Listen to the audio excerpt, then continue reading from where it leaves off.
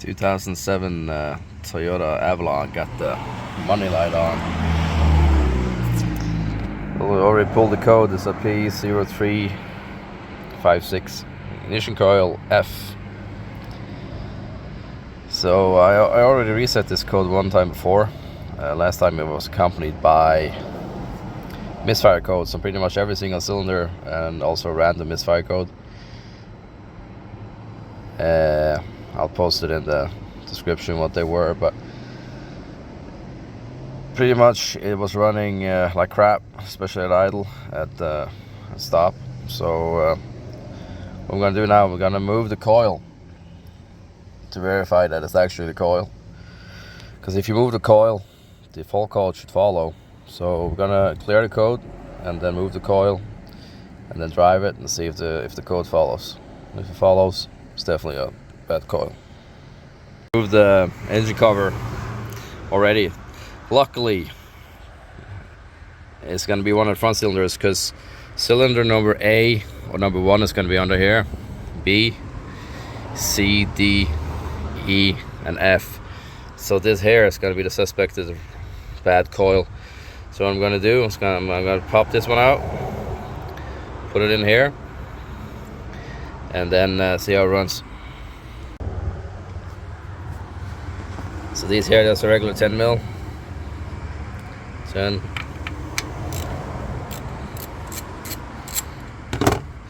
So it's lucky one of the front ones, because it would have been a kind of a nightmare to remove that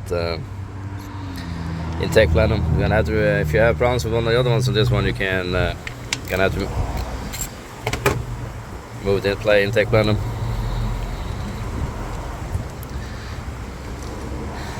So unfortunately on this one, there's actually there's a stopper on here that actually broke. I'm just gonna move them without. Gonna have to push it here, and then this will come right out. These should pop right out. There's nothing more than that holds it. All right, so put that one there. Okay, here goes to number 2 to number 6. So B goes to F, and then the suspected bad one now will be number B. So when we drive it now, we'll see if it gives code for the B instead of F.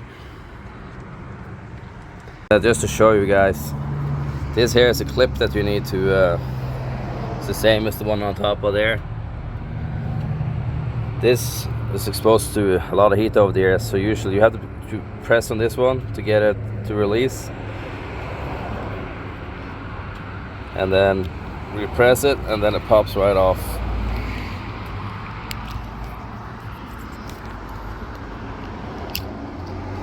Press that in and it comes off. There's like a lock under there. This one here had the same issue, broke right off here. Okay, let's reset the code here. This is still the old one.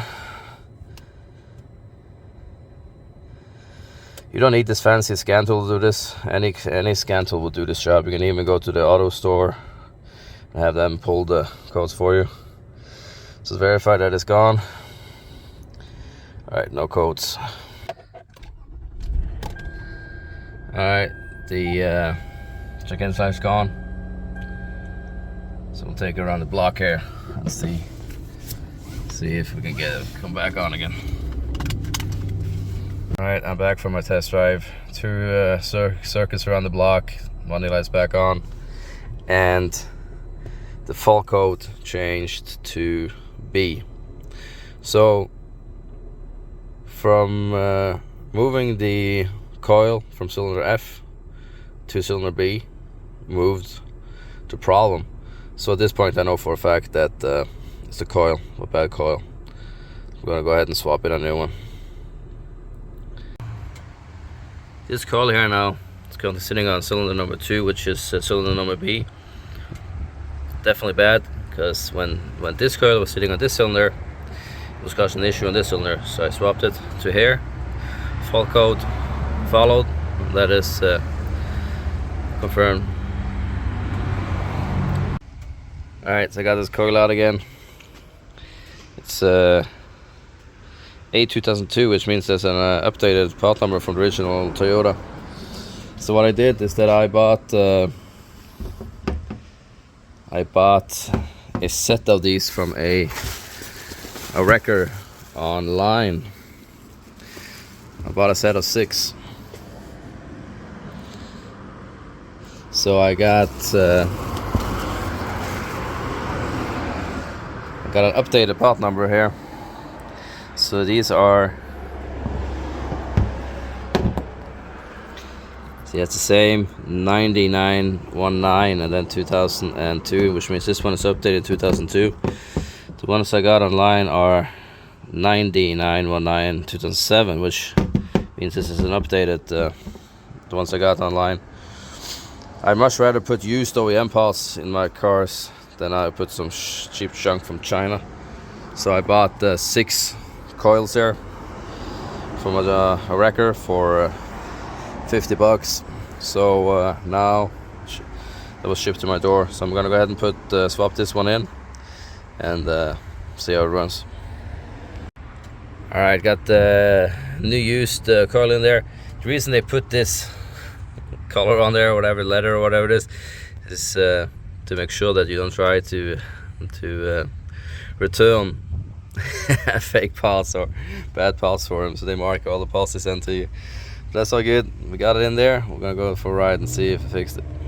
Alright, we're gonna have to reset the code here for the last time just to verify if it comes back or not. So, yep. Yes. No fault codes. Let's verify that. Alright, no fault codes. Alright, starts up. The money light's off. Let's take it for a couple of spins around the block and see how it works. Alright, back from my test drive. Money light is still off. It's a good thing. But you always have to verify it with the scan tool, because you can still have pending codes. So let me go and look at the trouble codes again. No fault codes detected. So that is a confirmed fix. So other things this could have been is that if the fault didn't follow like that, it's a possibility that your wiring harness is bad. And also, but it's very unlikely that the ECU might be on this last leg. But if you have misfiring codes, this goes for all cars. This is not just this car. This way of checking this is similar on any gasoline engine. If you have misfire codes, reset all the codes, see what comes back. Here the coil came back. If for example it didn't give a coil, still a misfire code, I would try the spark plug on the cylinder that's affected. If it's still misfiring, now you have more serious engine issues. But luckily this was a easy fix, and luckily it was on the front of the engine, not on the back of the engine.